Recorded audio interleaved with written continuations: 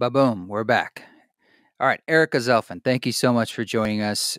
We were chatting, we had to restart, but so we'll pretend like our flow it starts right now. But really, because you were telling us a bit about who you are and what you do, and but I do want to give a shout out to Eddie Hallman, who brought us together. We were talking about our stories of how we got to know him, and those may or may not be part of this. If I can grab that recording, I want to include it, but if not, shout out to Ed. So 1201 computer repair. There we go. Good things happen when bad things happen. Wow, that could be that could actually be a really good motto. Okay, so tell us again a bit about who you are and what you're up to. Yeah, so who I am, I'm a family physician. I specialize in integrative and functional medicine. I graduated from one of only 6 naturopathic medical schools in the country, and it became really clear after I opened my practice that the mental health epidemic is very much upon us, and that the tools we have, although helpful, are not enough. We needed more tools. And that led me to learn more about integrative mental health, which invariably led me to the world of psychedelics. And as I learned more about psychedelics, I realized, wow, the medical community really needs to know more about this. And there's this lag time in medicine of 17 years between when the research shows something and when that evidence-based medicine makes its way into the average practitioner's prescription practice. 17 years? 17 that sounds years. Very precise. Yes, there was a study, and that was, the estimate. And I thought, when it comes to mental health, we don't have 17 years. And psychedelics are not new. We talk about, the psychedelic renaissance, and it's like, it's not really. It's been here all the time. It's just people are talking about it more. And I thought, well, let's try and speed that up a little bit if we can. And so I started lecturing on the clinical applications of psychedelic medicine and presenting trainings and continuing education presentations to my fellow colleagues in the medical profession. And then that sort of bled into anyone that wanted to learn about psychedelics. And then the next thing I knew, I was getting on airplanes and traveling around the world because I realized I couldn't wait 17 years or however long it's going to be for legalization. And I need to start treating people now. So I traveled to parts of the world where I can do that. And so I can now say I'm a psychedelic facilitator as well. And when I'm on the US soil, I can work with ketamine legally. And that's what I do with folks here in the States. Oh, so you're doing ketamine-assisted therapy as part of your practice now? Yep, that's right. Interesting. Okay. Well, it's interesting about this lag that you're talking about. And there's definitely, I think, as people are becoming a more above ground, so to speak, with their participation and interest. And I'm just curious, like, if you're out there talking about, like, tell us a bit about, like, what your background is, where's the information coming from that you're sharing? Is it from firsthand experience or something else? Or I'm assuming this wasn't taught in naturopathic school. No, this is not taught in any medical school. Ibogaine was mentioned, I think, once in my training, actually in an immunology course, not even, anything pertaining specifically to mental health. So most of the training that I've undergone, it's been a combination of self-study, of digging into PubMed and reading the scientific literature there, reading books, attending conferences. I also did some training through MAPS, the Multidisciplinary Association for Psychedelic Studies, their MDMA-assisted therapy training, and connecting with like-minded individuals. But then there comes a certain point where you can only learn so much from reading, and it comes time to, actually do the work yourself and or do the work with others. And so my own personal growth and development has happened alongside my academic growth and development. And I have been able, as a result, to more meaningfully help people, to help my patients and help my clients, and to help other practitioners help their patients and their clients more effectively. And so I'll just say one more thing, part of how I've done that is my pandemic project was to take my day-long training that I had for healthcare providers that anyone is welcome to come to. And actually, our mutual friend Eddie came to my training, and I turned it into an online course. So practitioners and just regular folks who want to know how psychedelics work and what they actually do, and how to use them responsibly, can from anywhere in the world now take my online course, which is called the Science of Psychedelics. It's kind of crazy that, the idea that, let's say you're going to be a psychotherapist or any kind of facilitator or medical professional that's working in the space of psychedelic assisted therapy, and there's this large component of it that's undeniable, that is psychological, spiritual. Mm-hmm. And to think that it's almost poo-pooed, or it's still like in any other medical setting, it's like, well, if you try the drugs yourself, oh my God, that's not what you do in the studies, or that's now, you've crossed a red line. And I almost feel like it should be a prerequisite for to do this kind of work. It's like, if you haven't plumbed the depths on some level psychologically, it's sort of like, how can you know?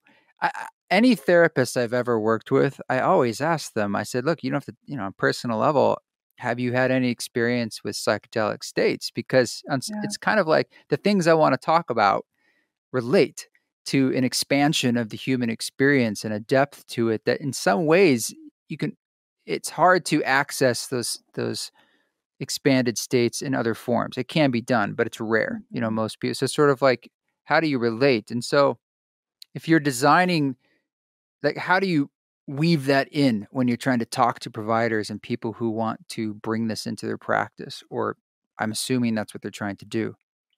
Yeah, well, it's tricky because healthcare providers are really held to a different standard than other folks are. And I'm even taking a risk in talking to you, for example. Some of my healthcare providers would never admit that they had an interest in this topic, let alone that they have taken a psychedelic substance themselves. And this is why, we have this huge problem in medicine. This is a bit of a digression, but it is relevant here. A lot of healthcare providers have substance use disorder. A lot of healthcare providers have alcohol use disorder and a variety of other ailments that they don't seek out help for. Because you seek out help, there's a record, you've got a black eye, and your license comes under review, and you could lose your whole livelihood.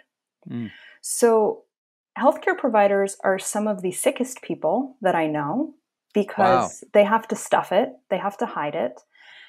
It's part of our training that a lot of the vulnerability gets beaten out of us as we are becoming doctors. And so by the time a doctor actually admits, I need help, they're really, really, really deeply in need of help because they've blown past all of the warning signs on the way to crisis mode.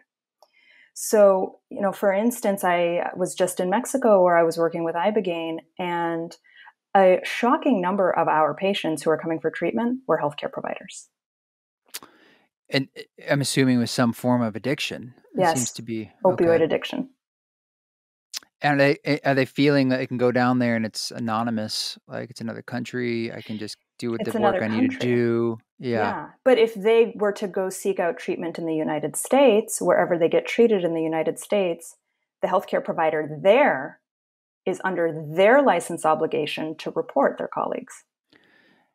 And there's no Ibogaine above board in the States anyway. And it maybe works for them.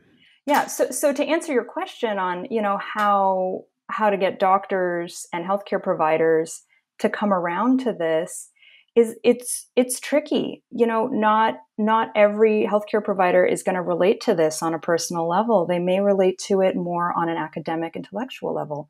Every healthcare provider is going to agree with you that antidepressant medications don't help everybody, and that we are running out of tools, and that more and more people are having issues with mental health than we can help, and that we need more tools. So whether someone can personally resonate with the importance of a mystical experience or not, doctors are opening their minds. There's also this situation where, doctors of all people hate looking stupid and they hate looking like they don't know something, right? We all have huge ego problems. I'm just going to say right now, for the record, nobody goes into medicine for 100% altruistic reasons. But I'm laughing because I'm thinking of some doctors. I'm like, yeah, of course. yeah, It's like doctors love being doctors. yes, we really, it's like, congratulations, you're a doctor. You can now belittle anyone that you like. But yeah, what was I starting to say here? But but doctors really don't like it either when their patients come in, patient after patient after patient, and they're like, "Hey, I heard about this on Joe Rogan." Yeah, well, it's like that's like you call your financial person. You're like, how can I make money on Bitcoin? And they're You're just right. like, You it's got to know similar. about the thing. Well, and everyone is. It Yeah. is bubbling up the psychedelic renaissance of where yes, it's been around in the underground, but it's much more in the above ground. Yes. So people are looking Yeah. for information, answers, and it's just interesting how different parties fit into that pie. And I would think as you get closer and closer to the experience, like a facilitator, let's call it, I think they should have some experience with the medicine, or maybe it's okay for them to be on a microdose or some kind of dose, an empathetic experience. There could be legitimate reasons for that sort of break the model we have medically, because that would not be how you do anything else in the medical system. Sure. No, not at all. And, I will say, I do need to go on record here. I have a very unpopular opinion. This definitely gets me some eyebrow raises when I say this at medical conferences. I don't think that you have to have taken psychedelics yourself to be a good practitioner. But I do think that one's patients, how do I want to put this? Your patients and your clients will only go as deep as you have. And there are many roads to get there. There are many, many roads to get to depth. And the road that a practitioner takes doesn't have to necessarily be the same road that their patients take. But I do think that having a depth of experience for one's own self, psychospiritually, mystically, however you want to phrase it, yeah, I think it does make people better practitioners. I like how you put that. And I actually thought you said there's many roads that lead to death instead of That depth. too. And I was like, that's so interesting.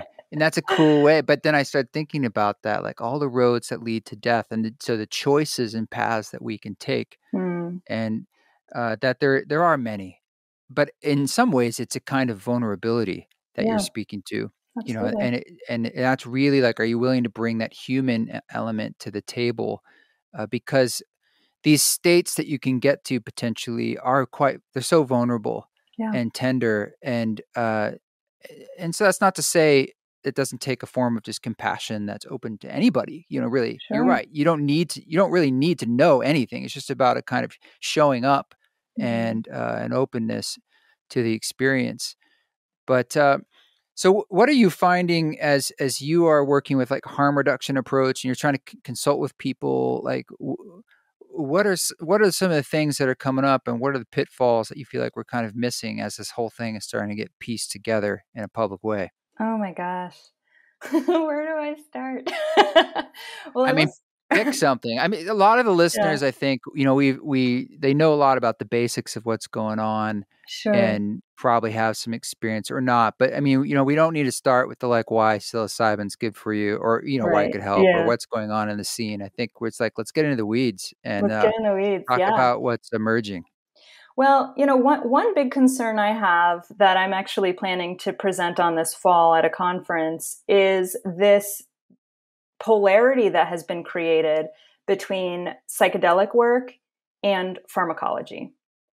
And I think as guilty as the conventional medical model has been in rolling its eyes at psychedelic medicine, I think a lot of people in the psychedelic world are equally guilty of dismissing the potential therapeutic value of pharmaceutical medication.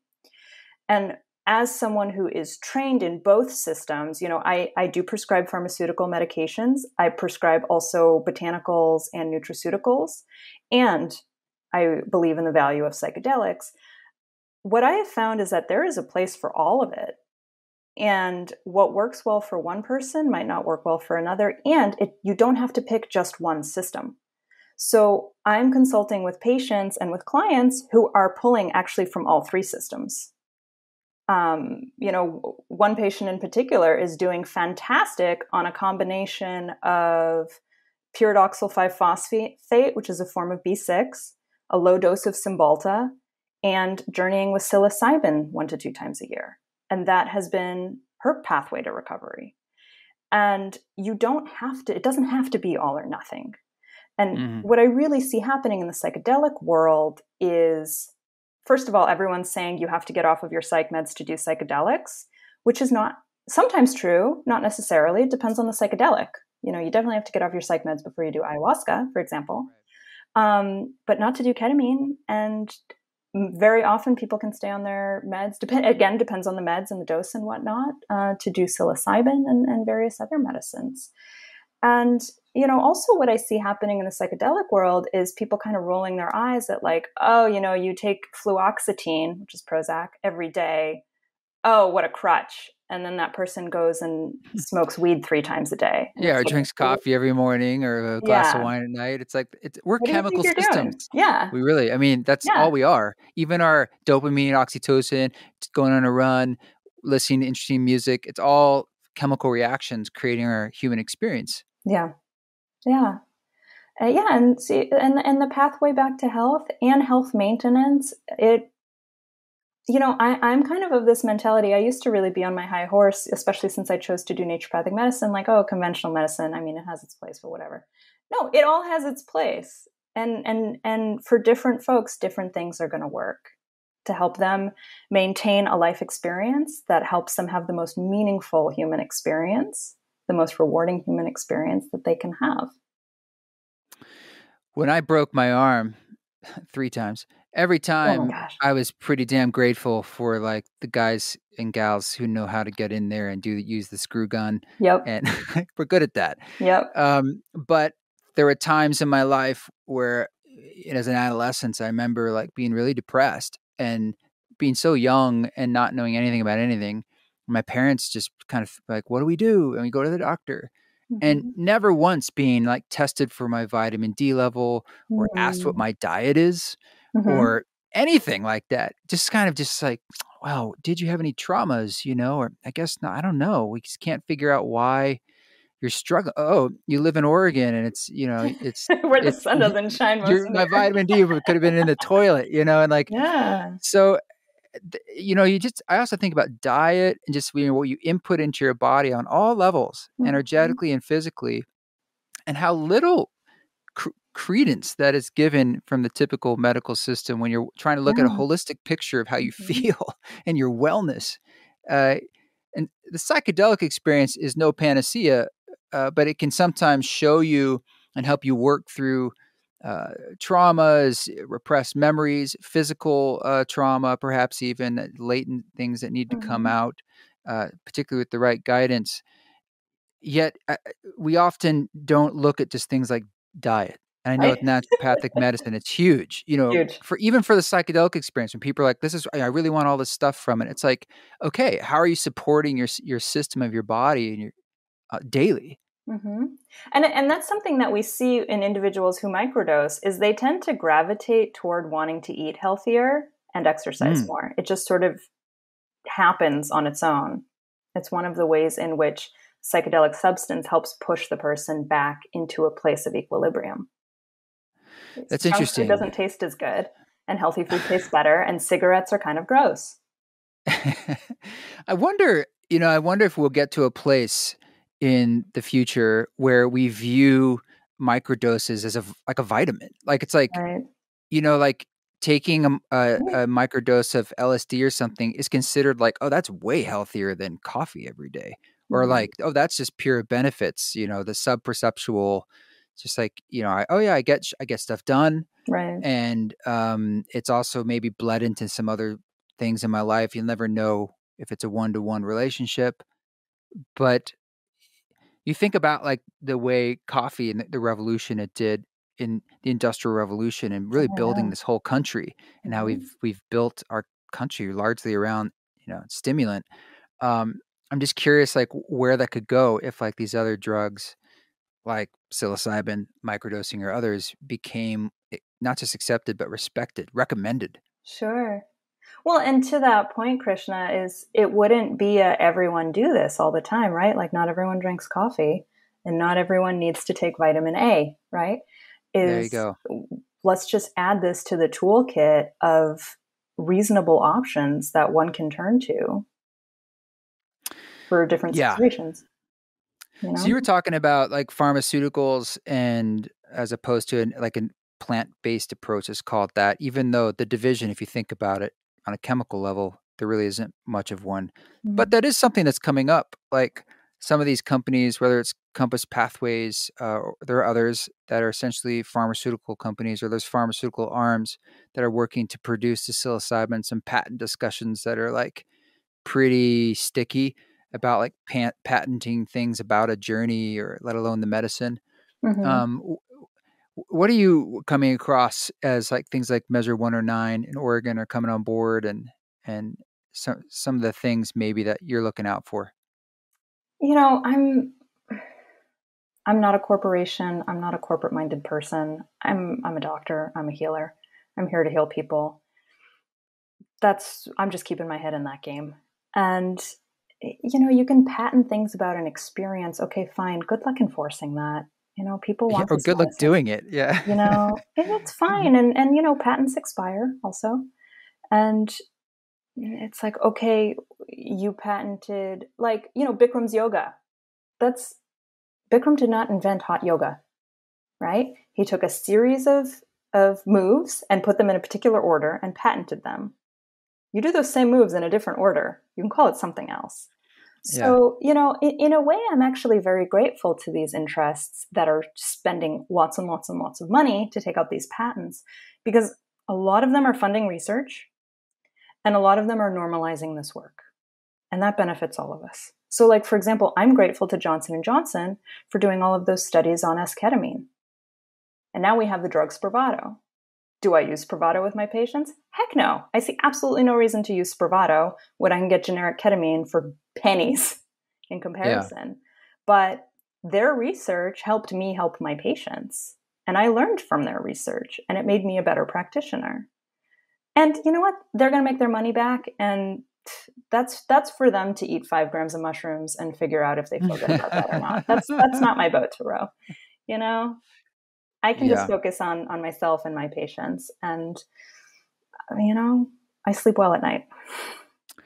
Let me ask you about ketamine for a second. I've had some experience therapeutically with it, and it's been really beneficial for myself with anxiety reduction, I guess, in depression too. And I've been trying to know if like if there is any research out there aside from just what I hear in my own experience about like how much people tend to need to take. Like, is it like 4 sessions or 3 to 6 within X number of weeks, and then it seems to have a benefit for months, or is it really just all over the place for different people? Well, you may be asking the wrong person because I'm an advocate for individualized medicine. So I do different things for different people. A lot of what the literature is around is what's called the Diamond and McShane model, which is doing ketamine intravenously, where you infuse 0.5 milligram of ketamine per kilogram of the patient's body weight, infused over 40 minutes. And that was not developed as this, wow, this is the way to do ketamine. That was just copied from the chemotherapy model as an efficient way to run Interesting. a practice, because then you can schedule the appointments on the hour. And then this thought of, you know, doing 6 treatments in a cluster of 2 weeks, that was borrowed from, you know, electroconvulsive therapy. That was just, let's copy this model and see if this works. Personally, the doing intravenous ketamine with folks at a dose of 0.5 milligram per kilogram of body weight, I do think it works. It's my least favorite way to do ketamine with folks. I think that, and I think 6 treatments in 2 weeks is a heck of a lot of ketamine to put into somebody. Some folks need it. Some folks do well with it. But to copy and paste this to every single person who wants to do ketamine, I think is misguided. What's your favorite method? Depends on what the person needs. Oh, you don't. Okay, there is no So favorite. yeah, you I know. gotcha. So, but No. I will say, you know, if we're talking about using a needle, like just do an intramuscular injection. Like, why does this needle have to be in this person's arm It's strong. Yeah, Or that's I had that once and I was blown yeah, away. yeah. But also, what I do with my patients is I do needle free. There's never a needle, almost never. Uh, Mhm. there's you can insufflate it, which is a nice way of saying snorting. You Mm. can get it compounded as a nasal spray. You can put it under What's the that called? insufflating. Insufflate. Oh, I Insufflate. gotta Yeah, remember that. that's a classy Okay. way of saying snorting. Yeah. Yeah. Um, Insufflate. you can even do ketamine rectally. You can have it compounded as rectal Wow. suppositories. Yeah. I Um, imagine that could work. it Okay. absolutely works. It all and the beautiful thing with ketamine is I once actually interviewed Raquel Bennett, who's kind of the ketamine guru, and I was like, so which way? And she's like, they all work. And I have really, I really found that to be true. It all works. But you work with the patient. Is this someone who has a history of IV drug use? Why does there Right. need to be a needle involved? Is this someone who has a history of abusing cocaine? Okay, then we're not going to do the insufflation route. And then there's the dose range. Is this someone who's ready to do a psychedelic exploration? If so, then you Right. crank it up. Half a meg per kg is not going to get them there. Other patients, I have them microdosing ketamine. They take it every day as they would like a Prozac or Cymbalta or one of those other meds, and they do great with it. So they're really having to sort of pay attention to how they feel and, that's the real Yeah. litmus test about what's working for them. Yeah, absolutely. And the other thing we look at with ketamine is, as with all of these therapies, is if you want to run an efficient business, then you just keep giving people ketamine, right? But if you want to improve the mileage that the person gets out of that treatment, there's nothing like pairing ketamine with therapy. The two just go together like chocolate and peanut butter. They just work Do so you well mean together. therapy in the actual moment or the session where you're receiving the ketamine or as an integration sessions post ketamine? It depends on the dose of the ketamine. So if you're giving someone if you're putting someone in a K-hole and giving them a psychedelic trip, they can't talk. You're not going to have an effective therapy session there. But their neuroplasticity, their ability to learn and unlearn, is going to be there for 48 hours after that treatment. So to get somebody back into the office to see their therapist within a day or two after their ketamine trip, they may have breakthroughs in therapy that they might not have had before. But you gotta get it in that window. The other option is to dose it lower, where the person kind of feels relaxed, like as if they drank a couple glasses of wine, and it kind of drops some of the guarding. And then Yeah. you can kind of get in there. They can still talk, they can still sit up in the chair, or maybe they're leaning back a little bit. But they can still engage in a conversation, but they're a little bit, there's less of the shame layer there. There's less of the guarding there, and you can go deeper with them. And then Well, I group think this therapy works too in that context. Yeah, and I think this is relevant too, most likely to other forms of psychedelic therapy as they come online in the years, like Mm-hmm. psilocybin, perhaps. It's like it'd be interesting to know if there's that same kind of neuroplastic window, Mm-hmm. even for yourself to kind of really pay attention to like this really ripe time for integration, exploring, whatever it is that your practices you're using, free writing or whatnot Mm-hmm. to dig in there. Because I think in the session itself, like let's say they go really deep, but there's that kind of those hours, those golden hours as they're coming out and coming back, very receptive. It'd be nice if we had as part of like normal practice that those elements of ritual Yeah. and ceremonies, a little bit of that reverence and basic protocol. Of course, I'm very biased to what music can do inside that experience, Mm-hmm. but that's something I've seen a bit as an oversight in some of these ketamine businesses. They're very focused on administering the ketamine, as you said, and like, Yeah. hey, it has these scientific benefits. Let's just get it out there. But it's like, but how can we hold people through these states when sometimes, as you said, like K-holes or whatever you want to call it, Mm-hmm. very deep, very vulnerable, some real stuff can come up. It can be very destabilizing. Sure. And it's important to kind of like prepare for that in a sense as a provider. Yeah. Yeah. And the other thing I'll say is you don't have to do it all yourself as a provider. So, for example, a lot of my colleagues in the medical community, they're not going to make good facilitators. They don't know the first thing about therapy, and that's okay. They don't need to go drop everything they're doing and do a bunch of trainings if they don't feel like that path is calling to them. They can still prescribe the medicine. and then tell the patient, okay, I'm prescribing this medicine to you. This anesthesiologist is going to administer it at the ketamine mill down the street. And I'm referring you to this therapist. And I want you to see this therapist within 48 hours of your infusions. And you really don't have to do all of the pieces yourself as a provider. And I will say I do counseling in my practice, but I'm not a master's level counseling psychologist. I know my limitations and I refer out all the time. I refer people out all the time. And unfortunately, as long as a lot of this work remains underground or illegal, it becomes a lot more challenging to create a cohesive care team for a person. And, that's another way in which, from a harm reduction standpoint, we got to legalize this stuff. Because, and in the case of ketamine, if you want to get a ketamine infusion, depends on where you go. It can be anywhere from $200 to $1,000 per treatment. Right. What's going to stop someone from buying ketamine and snorting it in their living room? It's a lot cheaper. I mean, I think for the average muggle, they're like, how do I get it? But Right. Even people I know who aren't, they're pretty resourced and they're still like, how do I get it? Right. But you're right. It's not an expensive medicine in itself. As you pointed out, it's generic. And so that disparity in price is a bit troubling because I feel like access is a big part of this. It is. And it'd really be great if there's just ways to open this up to all walks of people, especially considering that the cost of the medicine itself is not high. Ketamine's dirt cheap and mushrooms grow out of the ground. Yeah, those are facts. Yeah. Yeah. So as you're doing this, you said that you were taking a risk by talking about this, and I understand what some of those aspects are, but at the same time, on the other side of that coin, there's so much energy and momentum. It seems like you're choosing to put yourself out there to be ahead of the curve and to like fill a niche. And so tell me a bit about that friction, if there is any for you, between being ahead, but also, ahead of our skis, but also wanting to be part of that vanguard. Right. Well, I will say I'm no stranger to having people think that what I do is weird. I went into a very niche, tiny branch of medicine that is, the AMA is trying to choke out.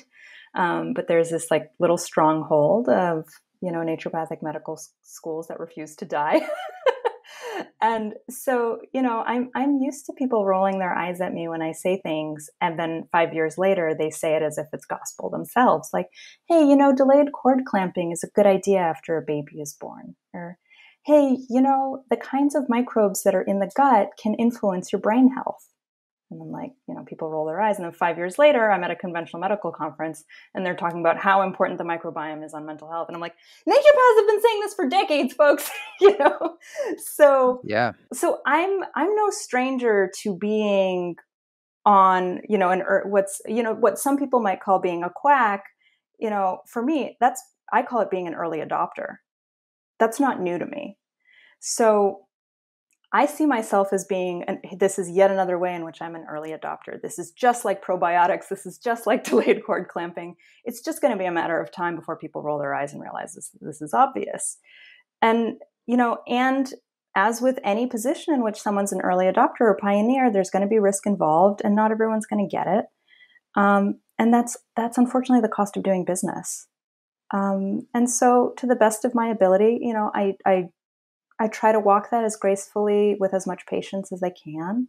I'm definitely not interested in poking the bear. Some people are self-righteous or intentionally antagonistic. And that's not me. I'm a healer. I'm here to help people. The planet is really, really hurting right now. And I see a way for me to make some pretty meaningful contribution here to alleviating some of the human suffering. And, I'm trying to do it in ways that don't get me thrown in jail or lose my medical license. So I think I'm walking it pretty well. I'm not breaking any laws. But, some feathers are getting ruffled. Are there some other things you're seeing right now that you put that in that bucket that in 5 years they would be more accepted, but right now they're not, or that they're sort of getting poo-pooed? I mean, I hope that we come around to the importance of nutrition. My goodness.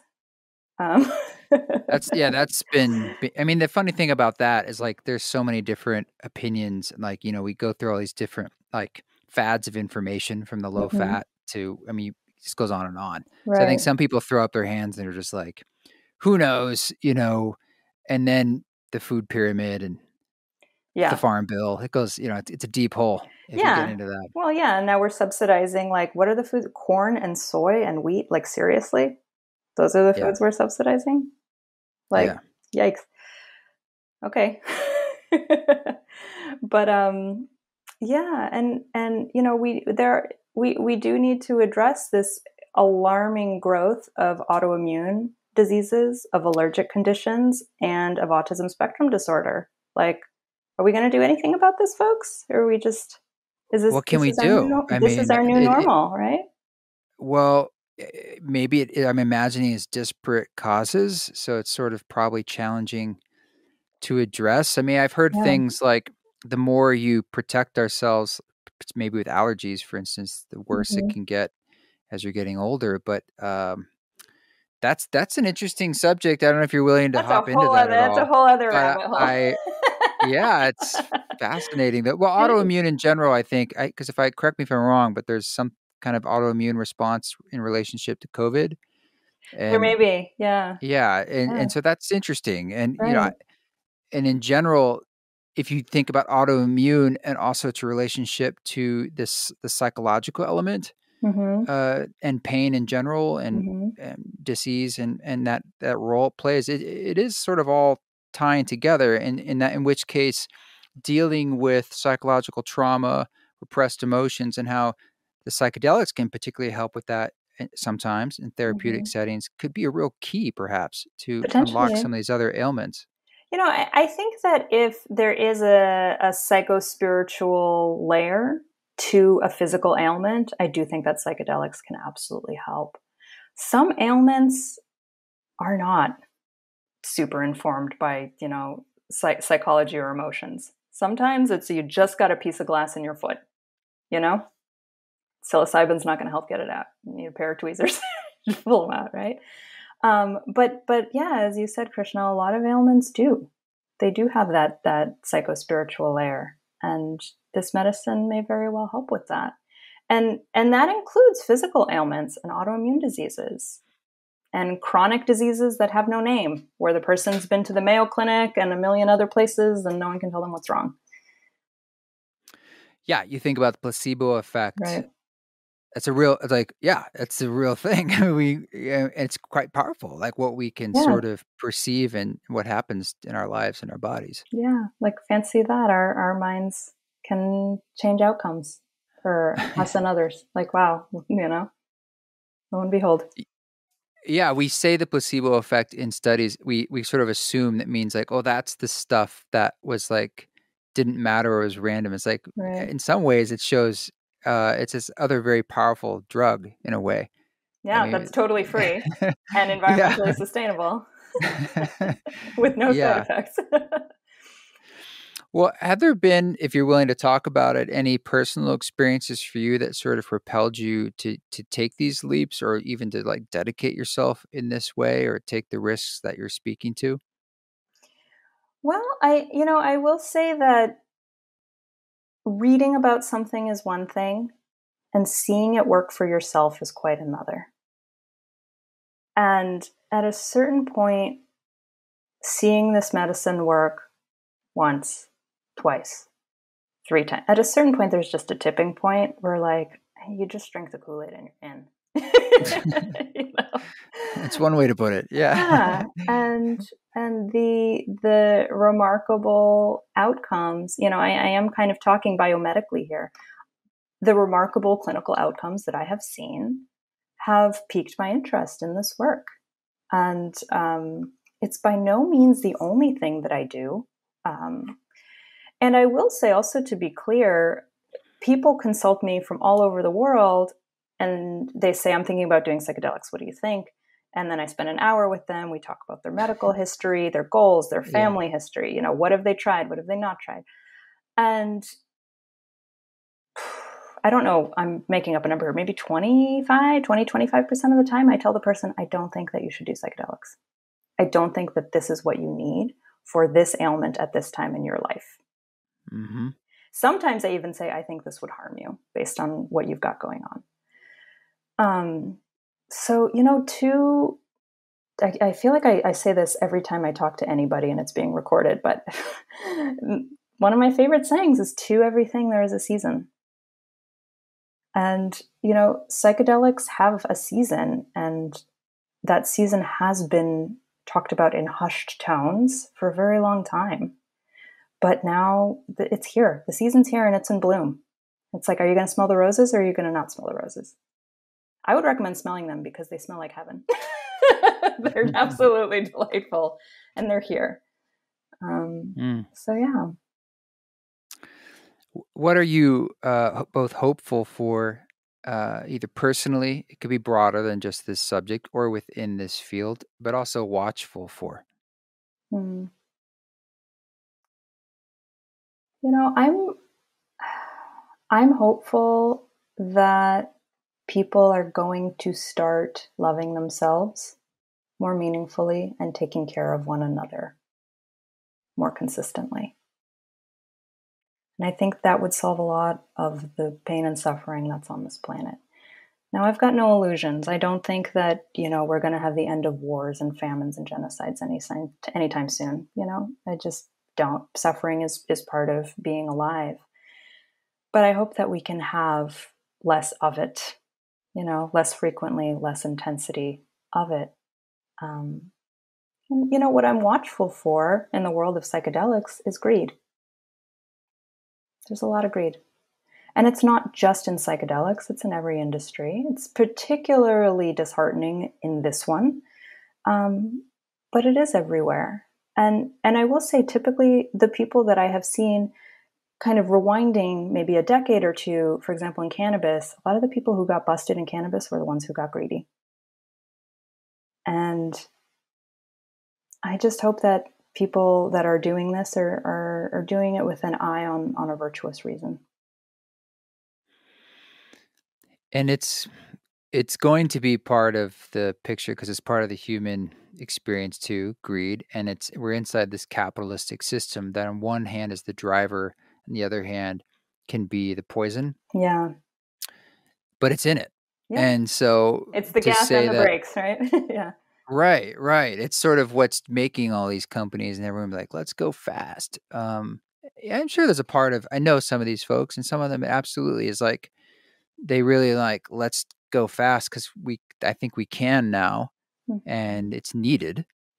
But yeah, there's that other side of how the money could potentially corrupt for sure. Yeah. And I guess we'll have to keep an eye on that, but it's going to be part of it. It is. Yeah, it is. And you know, the money, I will say, the money makes it possible too. You know?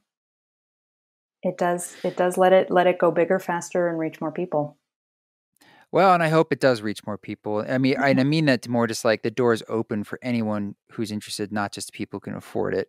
And Right. that is a little bit, I mean, that's inside this bigger system of our medical system where it's like, you know, the whole thing, it's like access is still part of that and has been Yep. for a very long time. And that's Huge. still something we need to, we need to work on. Huge. Yeah, as it turns out, we need a single payer system. But there I go saying racy things. Well, the fact that that's racy, I mean, come on, that's a lot of people want that, Yeah. even to have the option, you know, to say like you Yeah. could join into that if we don't even have that right now. You know, in addition to being a patient, I'm also a doctor. And I will say, nobody likes our system. Doctors hate it as much as the patients do. Doctors don't like having to conduct a 7-minute visit. It doesn't work for anyone. Yeah. Yeah. Yeah, it's true. It just sort of gets into our larger senses of time. And in some ways, psychedelic therapy breaks this system a little bit because it takes a long time. You know, even Right. ketamine, we're talking hours, you know, really realistically Yeah. from start to finish. The patient's tying up your room for an hour and a half. At least, Yeah. yeah.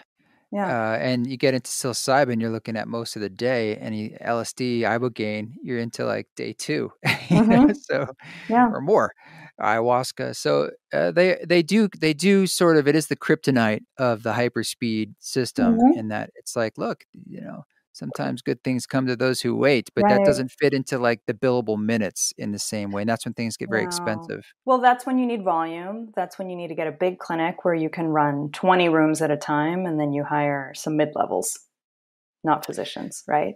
To run it Yeah. and la la la la. All the stuff that's, that's not what I was put on this earth to do. Someone else was put on this earth to crunch those numbers, and bless But, them for it. community acupuncture in Portland that Yeah, started there, sure. in Hmm. the recliners, and that was their model that's really blossomed. It's been around for a long Yeah. time now, and sliding scale. I think there's something there, probably on certainly with ketamine, you could probably go in that direction. My partner is a ketamine therapist here in Boise, but the way Beautiful. she does it, it's groups, small groups, and so Yep. that already keeps the cost down, and Absolutely.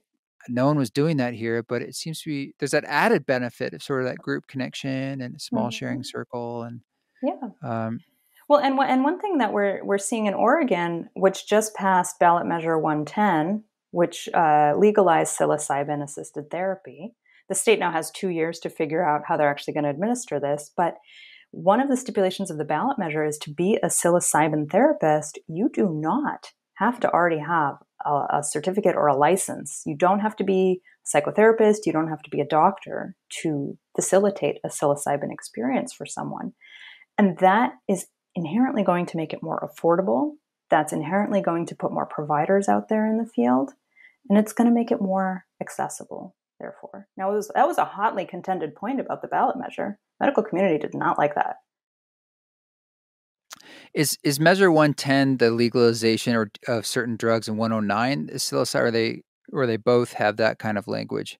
Just from my own, 109 was legalization of psilocybin assisted therapy, and yeah, then 110 was decrim of right, most substances at for personal use amounts only. So it's not right, legalization; it's decrim. So if you right, get caught with, say, 5 grams of psilocybin for personal use, you get a slap on the wrist, you get fined $100, or you have to take a class. yeah.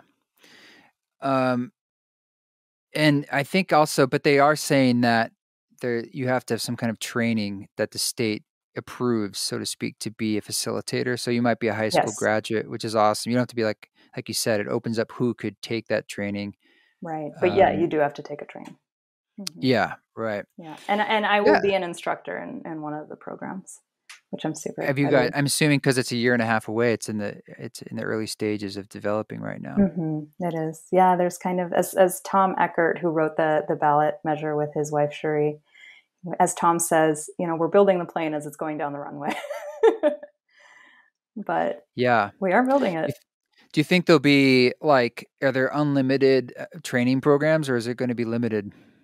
I don't know. I believe that they are going to create certain stipulations for what the training programs have to include, and then the programs have to apply to be approved by the Oregon Health Authority. Um, but then, yeah, from there, I anticipate that there will be several, and that they'll all be a little different, and that people who want to get the training will hopefully be able to access it. I know that racial equity and equity in other respects is very, very high on the priority list for this. So hopefully we will get some more diversity in this industry and who is able to access psilocybin therapy and the training For in the sure. future. Yeah. Fascinating times. I mean, a lot of Hmm. eyes are going to be on how that pans out, and probably used as a model in a similar Hmm. way to when cannabis became recreational in other states. Were like, well, how'd they do it? And Totally. um, Totally. well, I hope too that in the experience itself, there's some attention paid to the music, and I hope so too. and and the role of sort of just protocol or ceremony, or just that sort of these elements that can really inform the journey itself. My experience is mostly in how you guide that journey, and to me, and historically as well, music's becomes the ceremony. It becomes the It's the wind in the experience. It's sails. it's It's huge. it's huge. And So so important. it's not an afterthought for me. It's sort of like, it's Yeah. not to say there's one way at all, but it's sort of like this should be a part of the conversation to really help people have the most positive and powerful experiences. Yeah. In my course, I actually have like a mini experiential module where I obviously can't mail everyone LSD all over the world, but we just experience some of the other elements of a psychedelic session. And a part of that is laying with eye shades on and listening to a curated music playlist. And it's amazing how just doing that, setting an intention, laying down, listening to music, and breathing, how much can shift and how much can come up for a person just from doing that. It's like the Oh, yeah. medicine is just part of the medicine. Yeah, psychedelics are amplifiers. I mean, Mm-hmm. doing breath work with Oh is my gosh, powerful. So you powerful. breathe a little harder, and it's like, yeah, it'll go places Yes, yes, it quick, will. Mm-hmm. and very deep emotional places, Mm-hmm. and visual places too, for Yeah, many. yeah, Well, I appreciate you taking the time and sharing a little bit about your experience on the ground and your own practice. And it's just sort of great to to talk to folks who are going through it in their own way as we go mm-hmm. through these changing liminal times. So thank you. Yeah. You're so welcome. It was really my pleasure. And I would love to offer your listeners a discount on on my course if that seems appropriate. Are you Yeah, fine where with can that? they find you? This would be a great time. Okay, so the website is scienceofpsychedelics.com. And Krishna, what do you want your coupon code to be?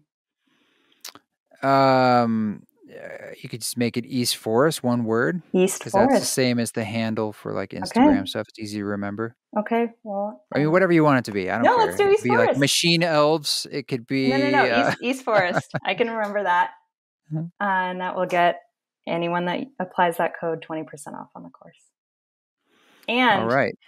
continuing medical education and continuing education are also available for practitioners. So this is so relevant right now that the medical community is finally acknowledging it and offering professional credit for training in psychedelics, which is Oh yeah, I saw that on awesome. your site. I do Mm-hmm. think that's, sort of interesting, providing that sort of education for providers and Yeah, people yeah, in the field. mm-hmm. That's a big part of it.